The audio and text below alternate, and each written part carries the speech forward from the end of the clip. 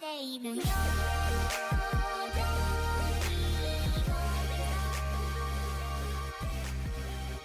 and welcome to That Nerdy Science, That Anime Pod, the seasonal anime recap show. I'm your host Christian Puente, aka Pixel Brave, and you can find more about what anime I'm watching on the show's Twitter page at That Anime Pod. Follow that for the show's updates as well. I'll also be posting a Google Doc for any guest appearances if anyone's interested in joining me on the show to talk about an anime topic. And that'll be releasing when this episode releases, Wednesday the 15th. So be sure to follow on That Anime Pod on Twitter. Thanks again for joining me. Now let me talk to you about anime.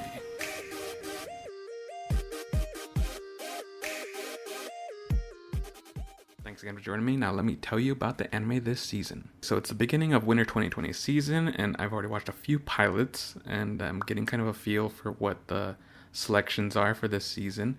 And I have a few additions actually for the recap section. We're still going to be talking about My Hero because, it's My Hero. How can I not talk about it? But I do think that the season is ending soon. I don't know if that's one or two more episodes. I think it's one more episode. I am pretty confident about that. And so I'll be recapping that for one more episode. And then I'm adding two more. So we've closed off Food Wars and we closed off Ascendance of a Bookworm, and we're replacing those with first, The Greatest World, and secondly, The Case Files of Jeweler Richard.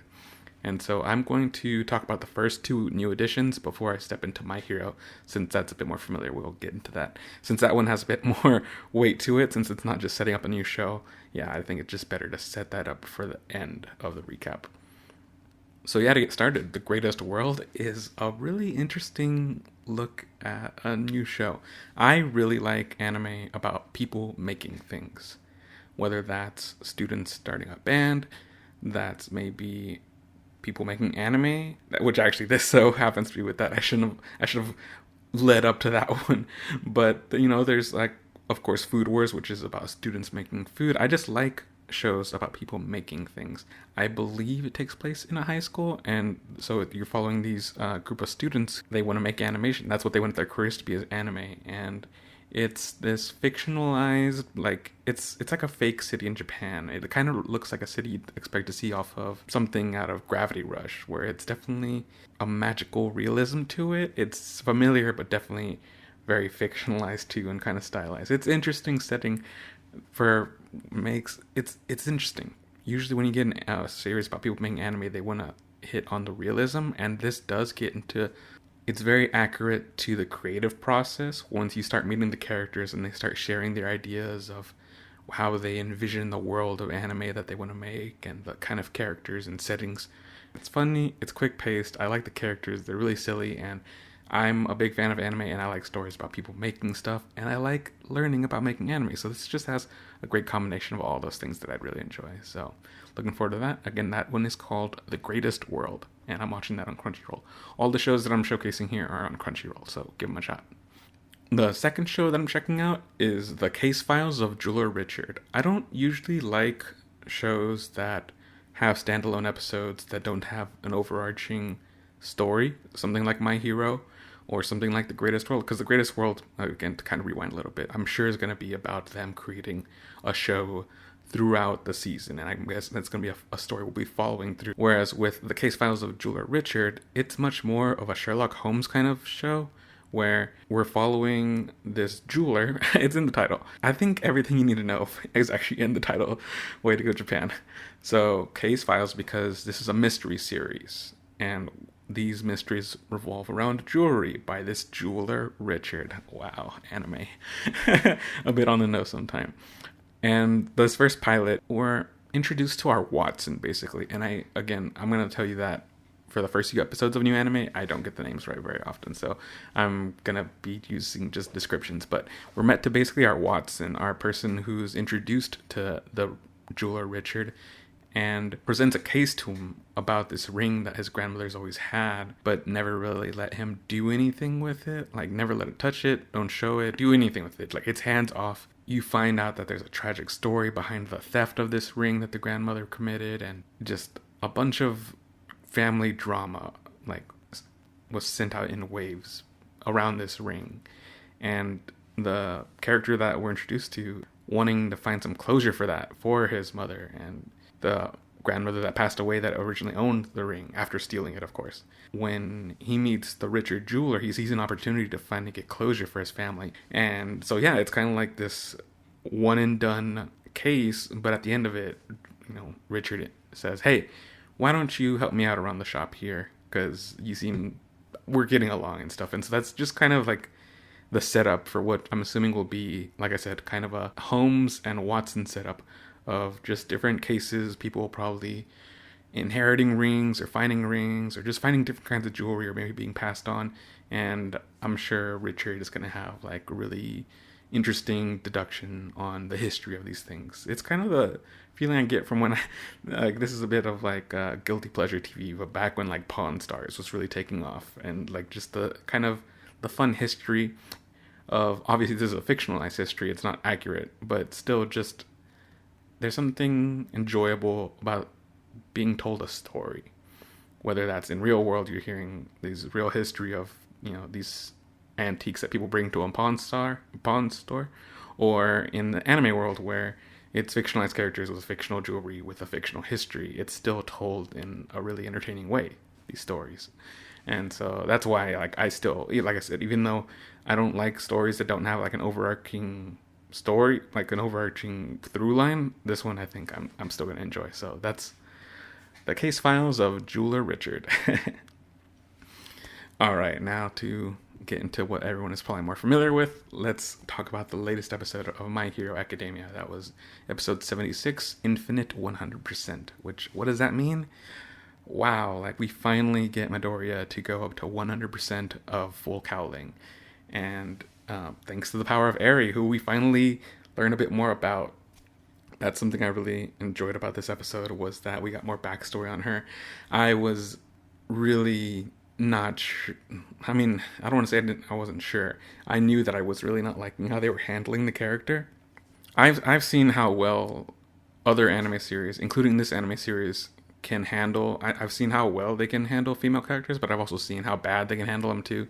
And we got so small glimpses of Eri throughout the season that I was like, I knew we were eventually going to get more time with her, and I was just really worried about how is this going to land.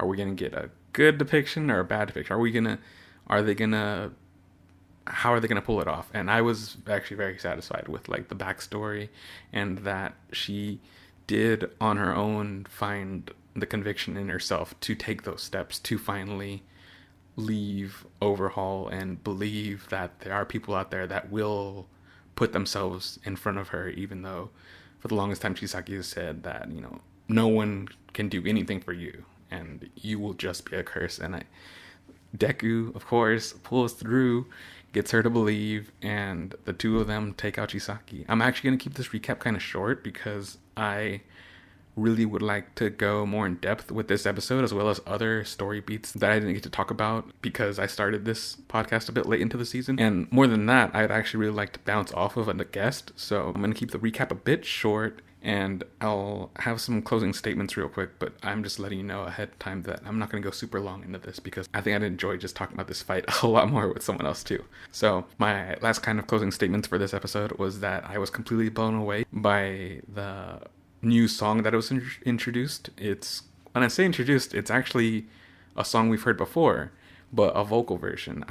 One of the standout moments was hearing what the track is called is Might Plus You, and it's apparently going to show in the My Hero Academia movie that's coming out later on this year.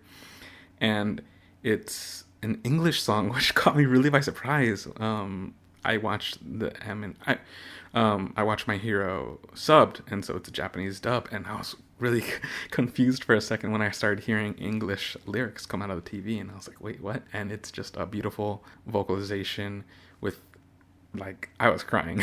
The lyrics were really beautiful and very appropriate for the theme of really wanting to protect someone that both Lemillion and Deku, I think, just really are just fantastic examples of heroes that want to do nothing more than protect. And so, yeah, I'll say I really enjoyed the song by Michaela Phillips, and the animation was on a whole other level, which again, I'm going to be happy to finally go over this stuff with a guest, hopefully in the future. Sorry, I'm just really excited to get to the rest of this episode because I got finally some feedback from listeners. Thanks you guys for that so much. All right, so that's enough for the recap. Let's get into the news.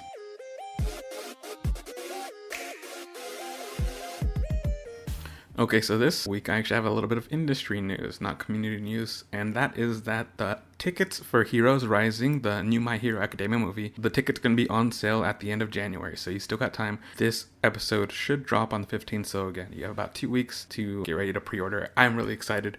The song track, like I mentioned, the track Might Plus You by Michaela Phillips that you heard in the episode, you'll be hearing that also in the movie. And so I think that's going to be like something to really look forward to, is hearing that like beautiful song, like in a big screen theater, like giant speakers. Like, I'm going to cry. I need to take, tissues with me and stuff. So again, that's the tickets. Be on the lookout for those. Those are going to be launching on the 31st. The release date for the movie itself is going to have limited release, and we're looking at February 26th for that. I don't know if anyone out there made time last year to go check out the first My Hero Academia movie. That one was called Two Heroes. My only critique is that some scenes use recycled animations from the show, and I didn't like that. But it was really cool to experience that, though, sitting in a theater with other My Hero fans and watching, some of our favorite characters in modern anime up on a big screen. So I really enjoyed that, and I'm looking forward to seeing if anyone else goes out to see the new My Heroes Rising in theaters.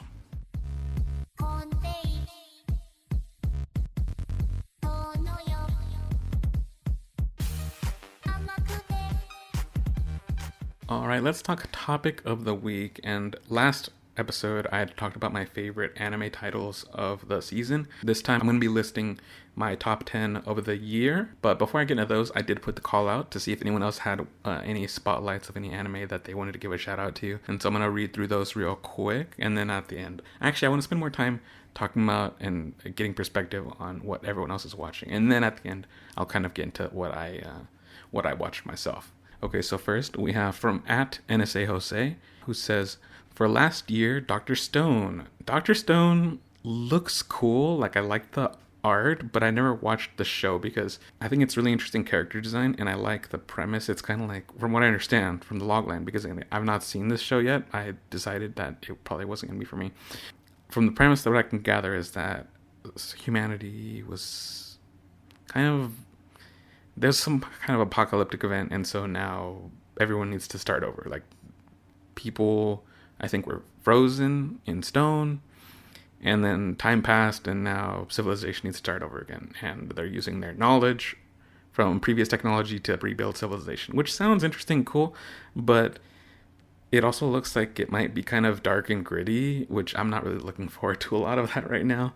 And so, another thing about it is that it does look like it's going to be like a long-going anime, and I just don't like making that much time for those shows. I like anime that are kind of done in one season, maybe two.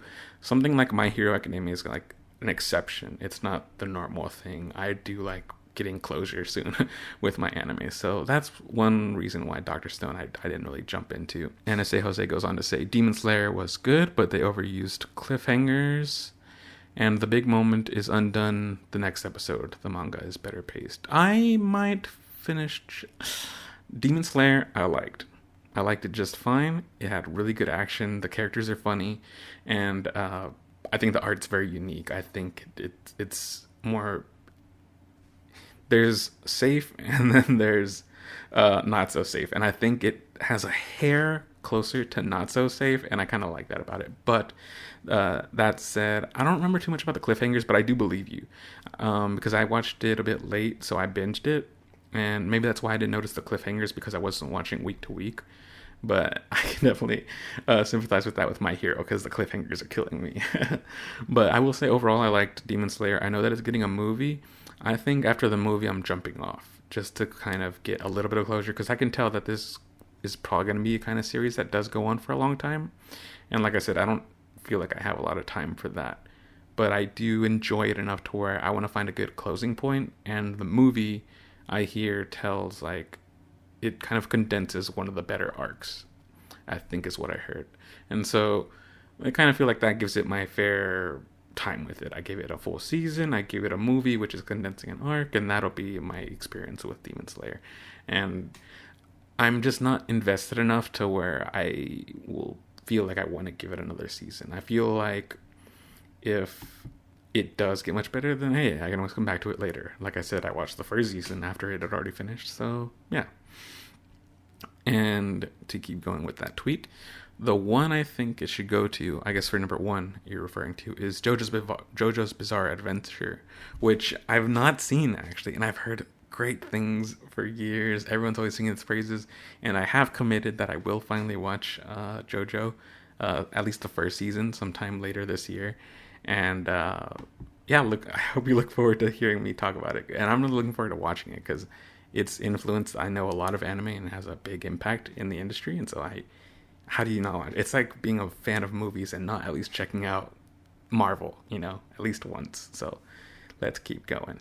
From @RobertDavidBerry, sorry if I'm saying your name wrong, he tweeted, last year was Demon Slayer number one. Oh wait, no. Last year was Demon Slayer. So you're saying your favorite of last year was Demon Slayer. Very cool. Like I said, I do enjoy it. It's got some good action and fun characters and a fantastic style.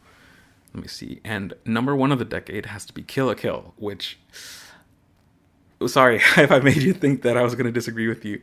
It's more of like a sigh. I just like needed to take a beat to just be like, wow, like let me just take a moment to just stop and appreciate how cool Kill la Kill is, which I'm going to admit to you, it took me about 3 times before I could finally get through it. I really, really don't like fan service in anime, and Kill la Kill is almost by definition a show about fan service, and it took me 3 times before, like with breaks in between. Like I tried watching it and I couldn't get into it past the first episode.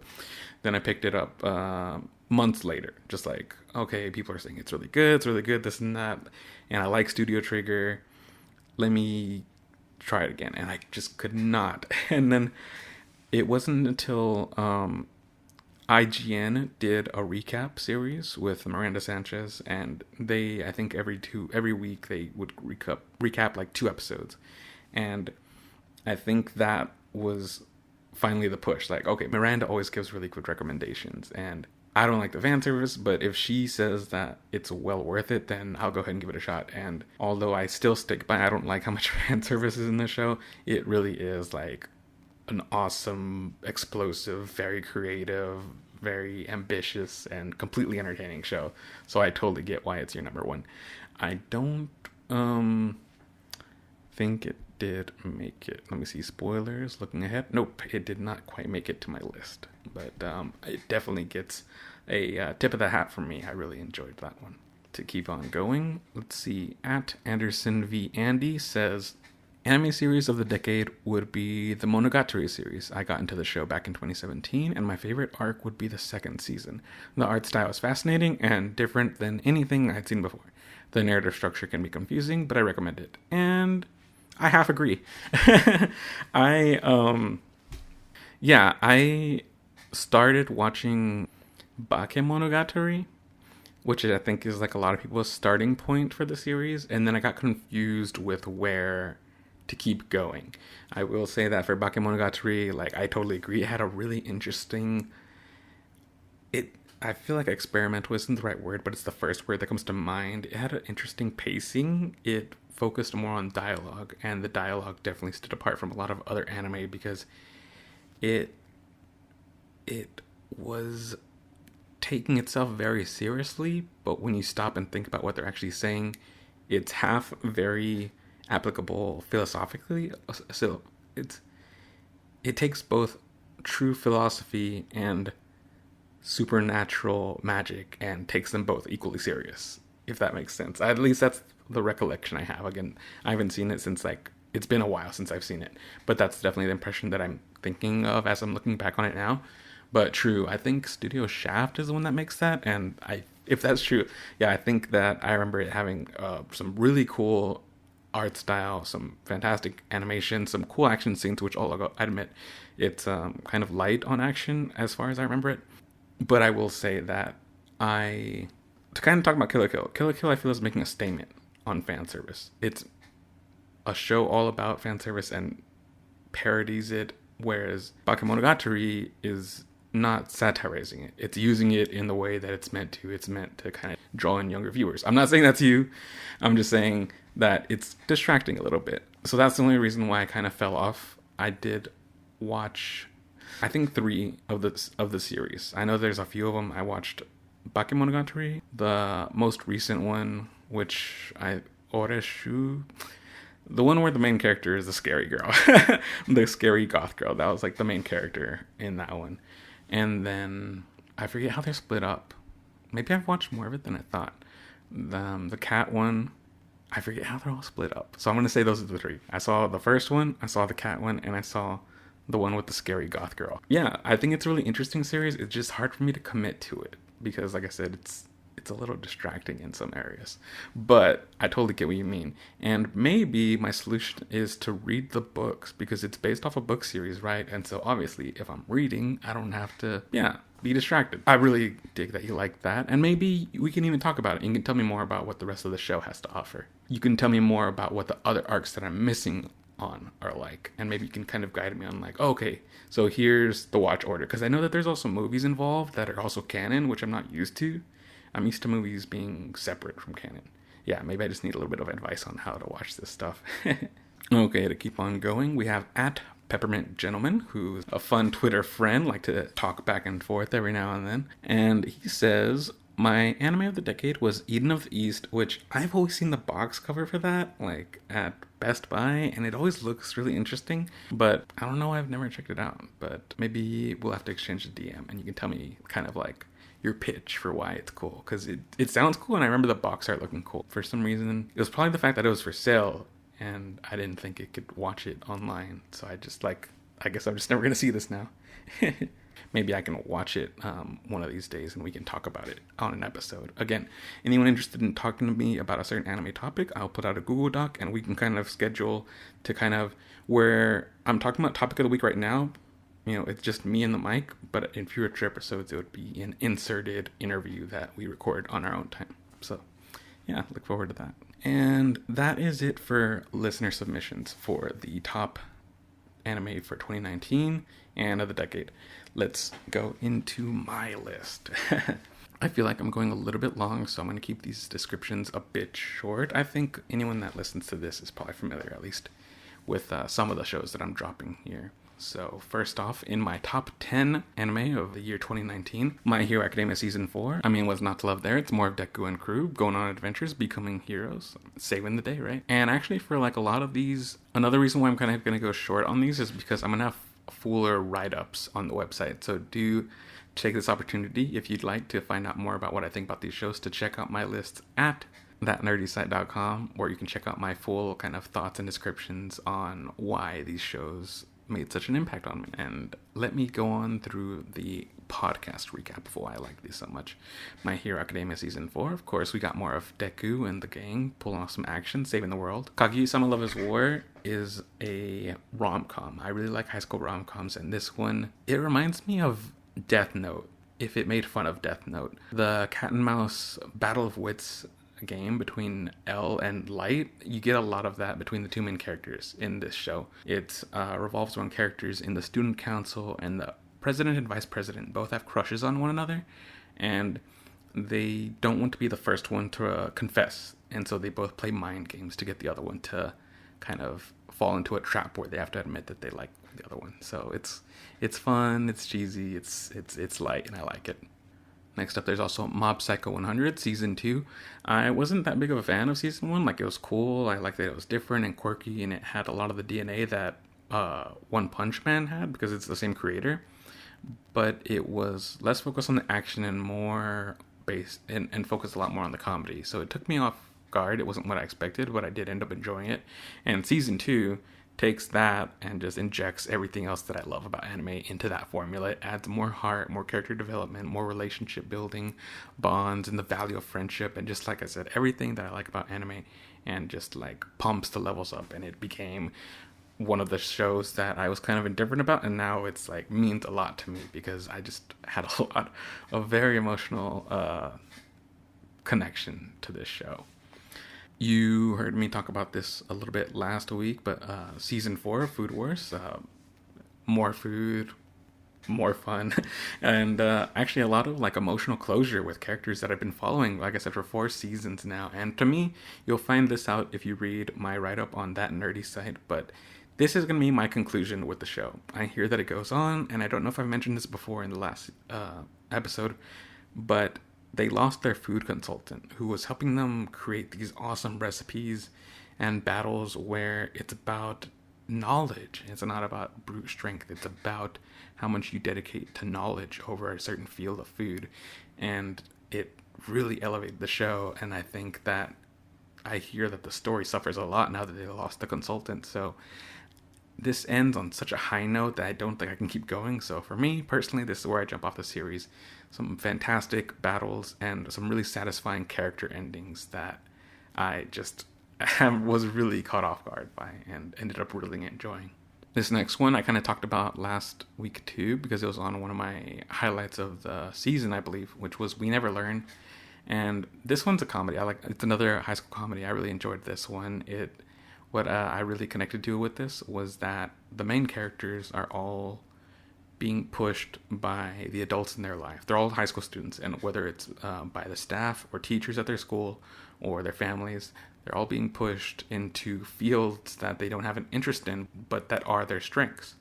You have a math genius, you have a social sciences genius, and you have an athlete, and everybody's pushing them, hey, this is what you're good at, like, do this, but they all have interests in fields that they all are really, really bad at. And so it's just, unfortunately, there's like a lot of fan service that I don't, that again is unfortunate. And so it's kind of a warning. And the reason why I put the warning out there is in case I would really like anime to be something you can watch with your friends and your family, your parents, your younger siblings. That's the ideal anime for me. And so that's why I do always put the warning out there. It's not to judge or anything. It's just as a warning. If you like to watch with your friends, your family, it's just a warning like that, just in case, just to avoid any awkward situations. So I will say, We Never Learn has a really cool message about like following your dreams, don't listen to people and their expectations, and lean on your friends, and they'll be there for you. And it does have some moments where probably put the kids away. Next on my list for 2019 is Didn't I Say to Make My Abilities Average in the Next Life? This one I just had a lot of fun with. Just like we have such an oversaturation in American movies of comic book heroes and zombie TV shows, people are getting kind of sick with these. The same thing can be said in anime and isekai. And again, isekai. I keep saying and again because I can't tell whether or not I've written about this or I've talked about this. But isekai shows are basically fish out of water shows where someone is reincarnated into a fantasy world, some kind of world you would see in like Oblivion or Legend of Zelda, castles, monsters, and things like that. And it's a really funny show that pokes fun of the genre in a way that I found really refreshing, because I'm tired of overpowered characters that don't really face any stakes, and this makes a lot of fun of that while also just being entertaining in its own right for its own story and its own characters. An added bonus is that the main character that got reincarnated is an anime nerd, and so they keep making references to anime that nobody understands. I guess another kind of similarity would be the Martin Lawrence movie back in the day. Wow, this is a callback, right? The Last Night, when he would make jokes about like, oh, my last name's Skywalker, and nobody gets that. And it's kind of, you'll find funny moments like that in this show. Next up, I also have Senryuu Girl. I really connected with it. If something is like just very slice of life, almost in film we call it mumblecore, where it's more just scenes between people connecting. There's not a lot of stakes. Like, I don't know why, but I really like these shows. They're very comforting. I kind of just get my zen on. And this is a show that is kind of right up that alley. It's low stakes. It's just a literature club, and the characters all sharing their love for poetry. And the main character is this girl, and she, for some reason, and I don't think they even explain it or even spend much time on it, but she only communicates through poetry. And so people talk to her and they don't ever question it. They're just like, oh yeah, so if you talk through poetry, then I'll talk through poetry back. And it's just the main characters of course have crushes on another, and so it's just kind of this like sweet little show, and it's just light, fluffy fun. I feel like I'm not giving it enough praise, but that's because I'm just not used to articulating why I find these shows entertaining. Because I feel like when you think of anime, you think over the top action, blowing up worlds, nonstop fights, power levels, and just like, I really like those sometimes, but I also really like the opposite, something that's more in tune with what you'd get with like an indie flick, like a rom-com or something like that. And that's why I like a show like this. Ascendance of a Bookworm is also on this list, and I talked about it a little bit last week. In this story, Ascendance of a Bookworm, it's a character who had a deep love for books, and instead of being born into a hero's life, they were just born into a humble family. And if they want to enjoy books, they need to learn about the world, the way the economy works, how to level up their economic status. That way they can get access to books, because in this world, being of humble origins, you don't usually get access to that. And so it's interesting and kind of a mature look at what it is like to be an entrepreneur and also like expand a business and form trade agreements with a merchant. It's just really kind of interesting, and all through the lens of a child. The main character's been reborn into the body of a 10-year-old girl, and so she makes friends with other kids in the village. When I say the village, I actually mean like a town. And together they kind of help her to, and the main character's name is Mine. It's one of the few names I was able to remember. And yeah, they all just work together to kind of help Mine with her dream of finally having her own books in this new life. Another favorite of mine this year was The Promised Neverland, which is the first time where I'm going to jump off of an anime and continue the story in the manga. This was like a fantastic not one-off, because obviously it's keep going, but what I mean is this was a really strong first season for a show that a lot of people gravitated towards. And I think I saw a lot of non-anime fans kind of, this was their first dip into it, because that's just the kind of waves that this show made. If for some reason you haven't checked it out, it's basically takes place on an orphanage, and you're introduced to these three characters who realize that there's more going on, and there's some sinister undertones that they're trying to get to the bottom of. And similar to other shows that I think I mentioned before, there is a cat and mouse battle of wits where the orphans are trying to uncover the mysteries of the orphanage while also not raising attention from their caretaker, who is obviously in charge of everything that they're trying to get behind, or everything that they're trying to get to the bottom of. I think the plans are really well written. These kids, I think, are like 10 years old, but they are way smarter than like I am as far as, coming up with clever ways to, they come with like really interesting schemes to conduct their detective work and experiments. I don't think it's much of a spoiler to say they're trying to escape. And then lastly, I have the Amazon anime, which is Made in Abyss. Most shows I can watch on Crunchyroll, but this one was one that was exclusive to Amazon. And so darn you, Amazon, for making it hard to watch anime. But this one is a fantasy show that I ended up liking a lot.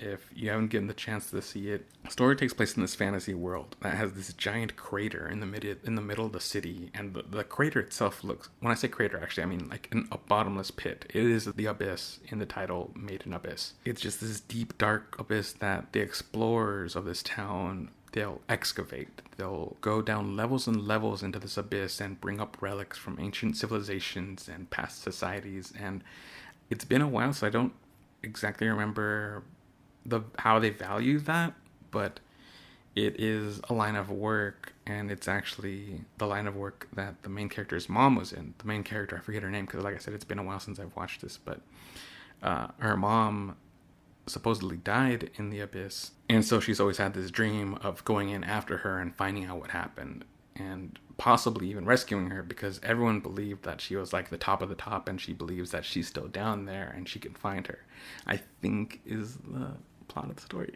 Anyways, the characters are like really fun to watch because they're really optimistic and gung-ho. Like, it's kind of like that same ragtag spirit you'd get out of like the main characters from a Disney show from a Disney movie, like the kids from like the Lost Boys in Pan or something like that, just this kind of like wild optimism of like, we can do it. But then as the story unfolds, like, it turns really dark, and it kind of subverts your expectations, to use that line again, in that the animation and the art style would lead you to think that this is going to be like a really, not bubbly, but a light stakes fantasy where it's going to be more about the whimsy and wonder, but it takes equal amount of time to talk about the danger and the darkness that you can experience and you can be pushed through, and it just is a very intense show. And so it's just an interesting combination, like I said, of the really dark and really light, and it creates just this really interesting bit of adventure. And so I really enjoyed it. I think the story keeps going. I don't think we got full closure with this first season, but I really enjoyed it, and I think you guys should check it out. Okay, so those were my top 10 anime of the year 2019. I hope some of you all checked those out, and if there's anything that I mentioned that sounds interesting to you that you think you might want to check out, let me know. I'm happy to give more thoughts or more in-depth details in a DM. Also, be sure to check out That Nerdy site for the full write-ups on all of those shows, where I go a bit more in depth on what I like so much about them. Okay, moving on, let's go to our culture corner. So, if you've been watching My Hero Academia, you'll see that Chisaki wears this long bird mask, and is something that could actually be its own culture corner, because I know it does kind of remind me of the masks that we'd seen, I think, doctors or medics or apothecaries in games and media, like Assassin's Creed. I definitely think I've seen that kind of imagery before, and so I think that might be the culture corner for next week. But what I do want to talk about is that before he donned the bird mask, Chisaki, you could see in his flashback, would just wear the regular face mask, the medical, surgical kind of style face mask. And we even do see him perform a little bit of surgery on an area there. And so instead of focusing on the bird aspect, on the beak kind of imagery, I wanted to focus on just the regular mask in general, because I visited Japan, and I've seen also in media, whether it's in TV, anime, like it's just one of those things that you notice, that you can't help but notice from imagery of contemporary Japanese life, is that people wear these masks. And I wanted to do a little bit of a dive into what maybe the origins were, like how that kind of got started. And a little bit of information that I found was that, well, first off, like that part of Asia has been hit by a lot of pandemics, of influenza in particular, that I got the numbers here. It says killed between 20 and 40 million people. Well, that says around the world, so I don't know how many actually affected Japan specifically, but that pandemic in general was one of the early events that kind of pushed people to start being more conscious of spreading disease. And so first you would use scarves or cloths and veils and stuff, and then this did evolve over time. That pandemic, or the epidemic, by the way, ended towards the end of 1919 is what I'm looking at here. That was one of like the first pushes that made, it's almost a culture, I think, of being more aware of how disease can affect you, as well as how your disease can affect those around you. But it turns out that recently, in like the early 2000s, it moved away from sickness and disease and focusing more on a countermeasure against allergies, which I did not even realize was a major thing. I live here in Austin, and we have like definitely an allergy culture here that we make fun of, and it's just like we roll our eyes at, and we get that allergies are like a really big deal here. But I don't have much experience outside of Austin, let alone Texas, let alone the United States, let alone the world, to know, what the allergy culture like is in some place else like Japan. I didn't realize that was such a big deal out there, but apparently there's a lot of pollen-rich Japanese cedar. It's one thing I heard. I think a lot of hay allergies. Yeah, in the early 2000s, they designed new masks. Obviously, they still look like the surgical mask, but that they're woven in a way that is more fitted for more of a countermeasure against allergies instead of germs. And so, yeah, I just thought that was interesting. What I'm observing through multimedia, I saw it was more of just like kind of a germophobia kind of thing. And so it was interesting to find out that a lot of it does have to do with allergies.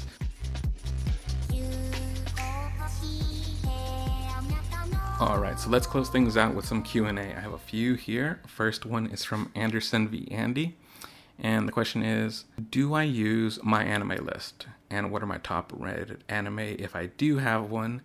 And how does it differ from my shows of the decade? I did have a my anime list. And for those who don't know, my anime list is kind of like Letterboxd. You can catalog the shows you've seen, you can write reviews, and you kind of star them, and it's a really good resource for finding out anime that's released by seasons. every time a new season pops up, that's my resource for curating, or at least coming up with lists and checking out like what anime is coming out soon. Yeah, there is a system built into it, so you can make your list of like your top anime of seasons or years. And I used to follow it, but I haven't kept up with it recently. Maybe that's something I'll do, but that's why I didn't want to pull it out right now to compare, because I don't think it would be accurate at all, because I haven't updated it in probably at least a year. And so I'm missing out on like a lot of shows on there. But I'm glad you brought it up. I do want to. I genuinely want to revisit it.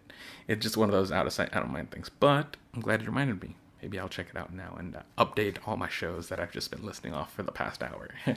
Next up we have from @VSilentAngel. Ayo Christian, I gotta ask, you a fan of Code Geass? Were you able to catch the movie that came out last year? And no, I saw that it came out, but I didn't watch it because I didn't watch the show. Code Geass, which I kind of talked about this in Dr. Stone, if a show looks too gritty or too aggressive or too dark and stuff, I kind of avoid it, because like I said, I lean a bit more towards something that's light, easy to watch, and something that's on the lighter side. And Code Geass always looked like, if you look at the character designs, if you just Google Code Geass, everybody looks pretty intense. It's like lots of very bold outlines and very dark inking, and like the character designs. And I hear it's a mecha show too, and I hear that it does have kind of similar vibes from Death Note and all the things that I do like about Death Note, such as the focus on battle of wits versus battle over brawn. And so I've heard plenty of like praise about it. Tim Geddes from Kind of Funny, he will mention that's one of the few anime I know for sure that he really likes. And so I gave it a shot. I watched the first episode because Ian and Nato from A Plus Anime at OK Beast had done an episode on it. And so usually I really like their show. And so if they talk about a show, I'll at least catch the first episode. So I did. And I wasn't really feeling it, but I have been hearing enough people like tell me it's really good. So maybe I'll do the 3-episode test. That's kind of like a go-to. A lot of people do. They'll give something 3 episodes. Whereas for me, I only did the 1 episode because Ian's show only talks about the pilot episode. They talk about the first episode. So I was kind of just doing the bare minimum homework. But I mean, if you're saying you like the show @VSilentAngel, then maybe we'll talk about it. Maybe I can watch the first 3 episodes and we can talk a little bit about that on an episode. Again, I'll be putting the Google Doc out there when this episode launches. And so if anyone has but if anyone just has a topic, an anime topic that they really want to talk to me about, then fill that out and we'll try to schedule something. So yeah, maybe we'll talk about Code Geass. And that's it for this episode. Thanks so much for sticking around. I really appreciate all the feedback you guys have been... Well, actually, I would like feedback, but what I really appreciate is that people wrote in with their questions and their anime of the years and of the decades. And as you can see, that even though I really like a lot of anime, there's still plenty of shows that are even like very popular shows that are still missing. They're like in my blind spots, and if y'all can talk me into it, I'm pretty easy to convince. And just either in comments below or in a DM, let me know if there's a show that you think I should check out. And again, check out the Google Doc to get involved so that we can talk about it on the show too. And yeah, hopefully, just to name a few that were mentioned in this episode, Dr. Stone, Code Geass, JoJo's Bizarre Adventure, those would be, and Eden of the East, those are all really good. I'm excited to hear those recommendations, and hopefully we can talk some more about it. Thank you, Grimecraft, for allowing me to use your song, Lonely Rolling Star. Thank you everybody for listening, and I'll catch you next week. Bye.